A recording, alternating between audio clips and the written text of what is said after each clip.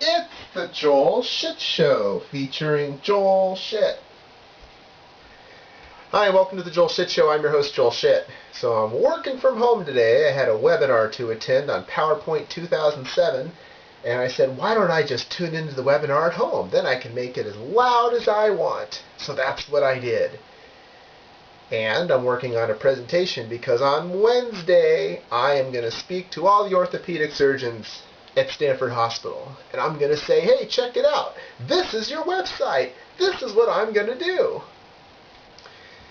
And I got the first draft done. I sent it to my manager. She will give feedback. And then I will talk to the chair of orthopedic surgery Monday, and he will give feedback on the revised version. And then that revised version is the one on Wednesday that I'm going to be giving to the orthopedic surgeons. It's all very exciting. Standing in front of a group of people. It's just like standing in front of a camera. I just have to remember not to say it's the Joel Shit Show featuring Joel Shit when I start. Maybe I'll forget. I don't know.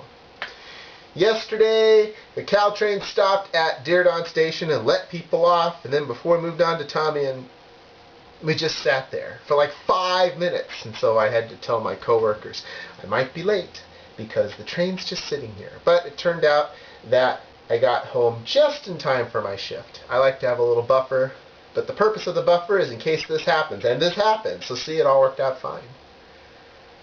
It was a pretty slow news day. There weren't any sports on TV, although there was a spring training game, Houston Astros and the New York Mets. It was the New York Mets broadcast, and Johan Santana started and got lit up, and the Astros did something. No, you know what? I'm thinking about a replay that aired 2 days ago.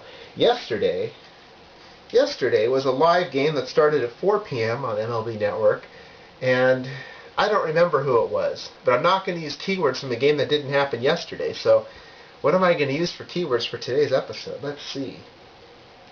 I went to CVS, and I had extra bucks, and I bought a gallon of milk. That's really not that exciting either. And it was just a really boring day. I can tell you that tomorrow's episode won't be much better, but I can tell you that Saturday's episode should be pretty good. Oh, I sold a bunch of stuff on eBay. I do the consignment stuff, as you know, and I sold about $100-something worth of stuff, so that was exciting. And check out my cards. I sold some more. I sold a lot of cards yesterday. But again, this is just not very exciting stuff, so let me think about this for a minute. We're going to salvage this episode the best way I know how. Yep. This is great internet television. Oh, yes. All right. There just wasn't anything worth talking about today, but I just couldn't end the episode. Today we're going to talk about a 2000 Fleer Focus Bobby Higginson baseball card. Look at that. A whole episode just for Bobby Higginson. Bobby Higginson was an outfielder.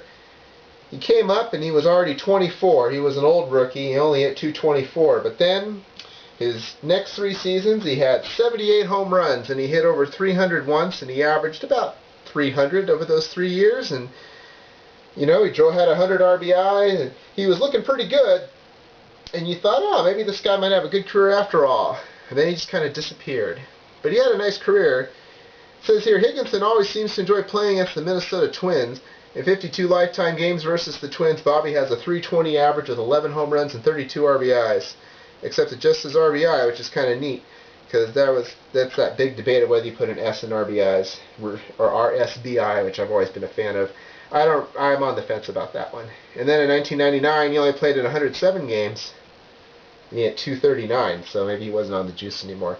But Fleer Focus was a really nice set, because if you look at the card like this, the player is embossed. Like if I were blind, like if I were Helen Keller, I'd be like, well, if you feel it, it's like a bump. So like if you molest the player, then you can feel where the player is. Also, if you hold it up under the light, you can kind of see that it's slightly embossed. So that's pretty exciting. Fleer Focus is one of my favorite sets. It's really a shame that Upper Deck didn't keep it going, but now it doesn't matter because, you know, there's no Upper Deck baseball anymore anyway. Alright, well, at least I've got keywords now. This was not the best episode ever, and neither will tomorrow, but Saturday. Tune in Saturday. That's all the time we have for today. Visit us on the web at joelshitshow.com. Email joel@joelshitshow.com.